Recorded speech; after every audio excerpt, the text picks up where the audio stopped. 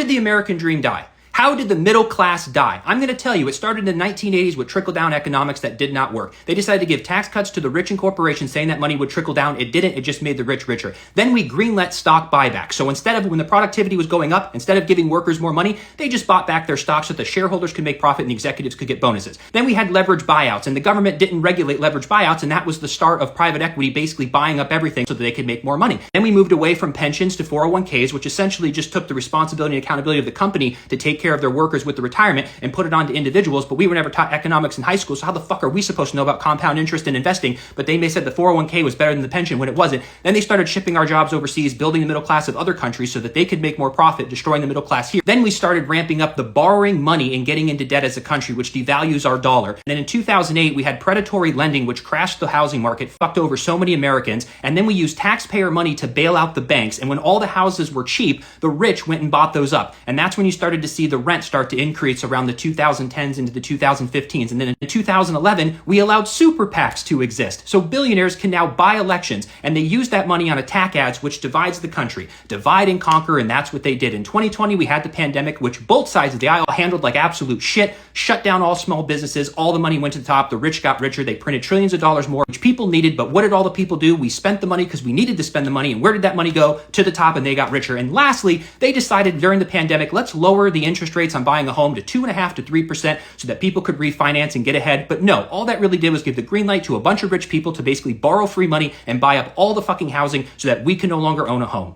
And that all ended in 2021. Then we've experienced 25% inflation since the pandemic. And here we are in 2025, and we no longer have a middle class, and the American dream is dead.